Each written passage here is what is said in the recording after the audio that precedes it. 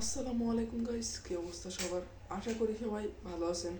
আল্লাহর রহমতে ও আপনাদের দোয়ায় আলহামদুলিল্লাহ আমিও ভালো আছি। তো আমরা এখন আছি নাটোর রাজবাড়িতে। তো চলুন আগে জেনে আসি নাটোর রাজবাড়ির কিছু ইতিহাস।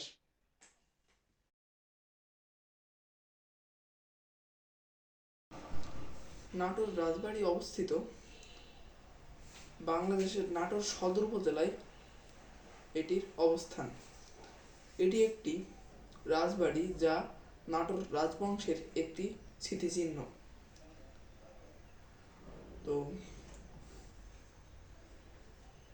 প্রতিষ্ঠার তারিখ 1706 থেকে 1710, 18 শতক।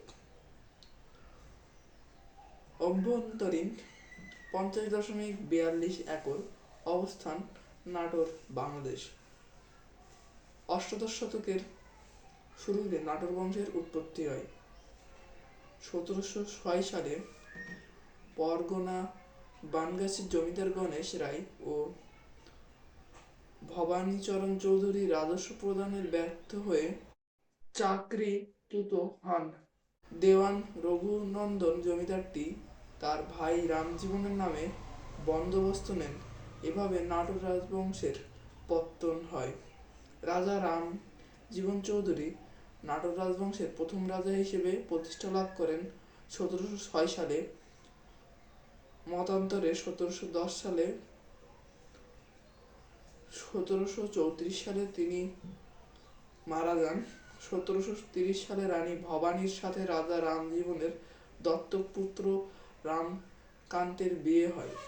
রাজা রামজীবনের মৃত্যুর পরে রামকান্ত রাজা হন। 1748 সালে রাজা রামকান্তের মৃত্যুর পরে নবাব আলীবর্দী খাঁ রানী ভবানীর উপর জমিদারি পরিচালনা দায়িত্ব অর্পণ করেন। রানী ভবানীর রাজত্বকালে তার জমিদারি বর্তমান রাজশাহী, পাবনা, বগুড়া, কুষ্টিয়া, যশোর, রংপুর, পশ্চিমবঙ্গের মুর্শিদাবাদ, বীরভূম, মালদা জেলা পর্যন্ত বিস্তৃত ছিল। এতক্ষণ জানলেন নাটোর রাজবাড়ি সম্পর্কে কিছুটা ইতিহাস। তো সকল তথ্য নেওয়া হয়েছে অনলাইন থেকে, এজন্য তথ্যে ভুল থাকতে পারে। ভুল রীতি ক্ষমার দৃষ্টিতে দেখবেন।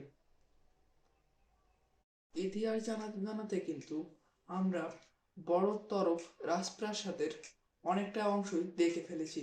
তো চলুন আস্তে আস্তে আমরা সামনের দিকে যাই এবং আপনাদেরকে দেখাই।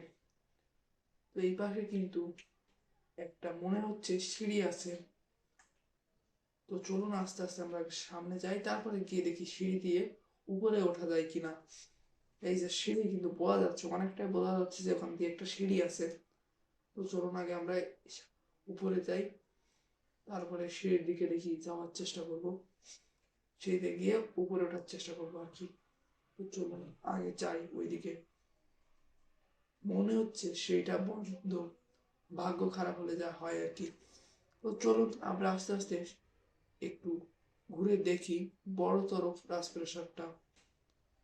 তো ভালোই কিন্তু বড় প্লেস, রাজপ্রাসাদটা কিন্তু একেবারে খারাপ না। আপনারা যারা নাটোর যাবেন তারা চেষ্টা করবেন এই রাজপ্রাসাদটি ঘুরে দেখার। তো ভালোই। মানে আমরা দেখি উপরের দিকে একটু যাবো। আমরা কিন্তু চাইলে এই যে গেটগুলো এগুলো কিন্তু পার হয়ে ভেতরে যেতে পারতাম, কিন্তু তা না করে আমরা কিন্তু যাইনি। কেননা ভিতরে যেন কেউ নাই যাই, তার জন্য কিন্তু গেটগুলো বন্ধ করে রাখছে। তো যাই হোক, ভিডিওটা যারা এই পর্যন্ত দেখছেন তাদের কাছে ভিডিওটা কেমন লাগছে অবশ্যই কমেন্টে জানিয়ে দিন।